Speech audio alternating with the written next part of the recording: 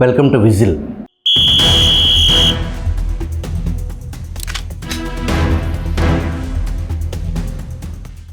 అత్యాచార ప్రయత్నానికి సంబంధించి అలహాబాద్ హైకోర్టు ఇచ్చిన వివాదాస్పద తీర్పుపై సుప్రీంకోర్టు స్టే విధించింది. తీర్పు సందర్భంగా హైకోర్టు వ్యాఖ్యలపై సుప్రీం తీవ్ర ఆగ్రహం వ్యక్తం చేసింది. అవి ఏమాత్రం సున్నితత్వం లేని కామెంట్లని వ్యాఖ్యానించింది. వక్షోజాలను పట్టుకోవటం లేదా ఫైజ్మాను తొలగించాలని ప్రయత్నించడం వంటి చర్యలు అత్యాచార యత్నంగా పరిగణించలేమని, అత్యాచార నిందితులపై అభియోగాలను నిరూపించడానికి ప్రాసిక్యూషన్ ఈ సన్నద్ధత దశ దాటి వెళ్లాలని సూచిస్తూ అలహాబాద్ హైకోర్టు ఇచ్చిన వివాదాస్పద ఉత్తర్వులపై సుప్రీంకోర్టు నిన్న స్టే విధించింది.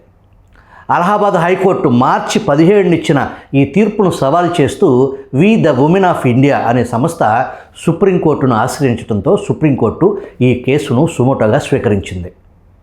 అలహాబాద్ హైకోర్టు న్యాయమూర్తి ఇచ్చిన తీర్పు ఏమాత్రం సున్నితత్వం లేనిదని సుప్రీంకోర్టు న్యాయమూర్తులు justice B R Gavai, justice Augustine జార్జిలతో కూడిన ధర్మాసనం ఆగ్రహం వ్యక్తం చేసింది.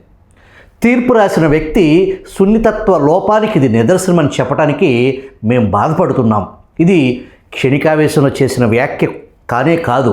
దానిని రిజర్వ్ చేసి 4 నెలల తర్వాత డెలివరీ చేయబడింది. అందువల్ల మనస్ఫూర్తిగానే ఆ వ్యాఖ్యలు చేసినట్లు మేము భావిస్తున్నాం.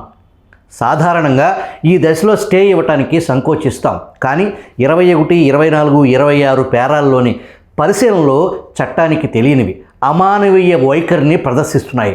ఆ పేరాల్లోని పరిశీలనపై స్టే విధిస్తున్నాం అని సుప్రీంకోర్టు ధర్మాసనం స్పష్టం చేసింది. దీనిపై స్పందించాలని కేంద్రం ఉత్తరప్రదేశ్ ప్రభుత్వాన్ని కోరిన supreme court solicitor general Tushar Mehta attorney general R Venkataramani సాయం కోరింది. నిందితుడి క్రిమినల్ రివిజన్ పిటిషన్ను అనుమతిస్తూ అలహాబాద్ హైకోర్టులోని జస్టిస్ రామ్ మనోహర్ నారాయణ్ మిశ్రా ఈ వివాదాస్పద ఉత్తర్వులు జారీ చేశారు. అసలేం జరిగిందంటే, ఉత్తరప్రదేశ్లో 2021 నవంబర్ 10న బాధితురాలని మోటార్ సైకిల్పై తీసుకెళ్లి ఆమె ఇంటి వద్ద దింపేందుకు నిందితులు ముందుకొచ్చారు. మార్గమధ్యంలో 3 నిందితులు బాలికపై లైంగిక దాడికి ప్రయత్నించారు. నిందితులు 11 ఏళ్ల బాధితురాలి వక్షోజాలను పట్టుకున్నారని, వారిలో ఒకరు ఆమె ఫైజమాను తొలగించేందుకు ప్రయత్నించారని, ఆ బాలికను సమీపంలోని కల్వర్ట్ కిందకు లాక్కు వెళ్లేందుకు ప్రయత్నించారని ప్రాసిక్యూషన్ ఆరోపించింది. బాలిక అరుపులు విని చుట్టుపక్కల వారు రావటంతో నిందితులు బాధితురాలిని అక్కడే వదిలేసి పారిపోయారు. ఇది అత్యాచార యత్నం కాదు అని నిందితులపై వచ్చిన ఆరోపణలు ఈ కేసులో అత్యాచార యత్నం నేరంగా పరిగణించబడవని అలహాబాద్ హైకోర్టు వ్యాఖ్యానించింది.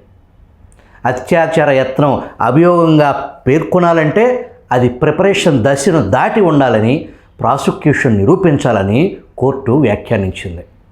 నిందితులు తమ ప్రయత్నంలో తదుపరి దశ చర్యలు తీసుకోనందున అత్యాచారానికి పాల్పడినట్లు నిరూపించడానికి ఇటువంటి చర్యలు సరిపోవని న్యాయమూర్తి తీర్పు చెప్పారు.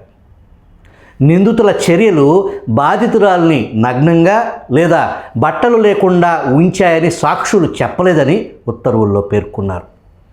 ఇటువంటి నేలబారు తీర్పు రాసిన జడ్జి మానసిక స్థితిని పౌర సమాజం ఎలా అర్థం చేసుకోవాలి? పురుషాధిక్య అమానవీయ మనువాద సమాజంలో భారతీయ స్త్రీ జర జాగ్రత్త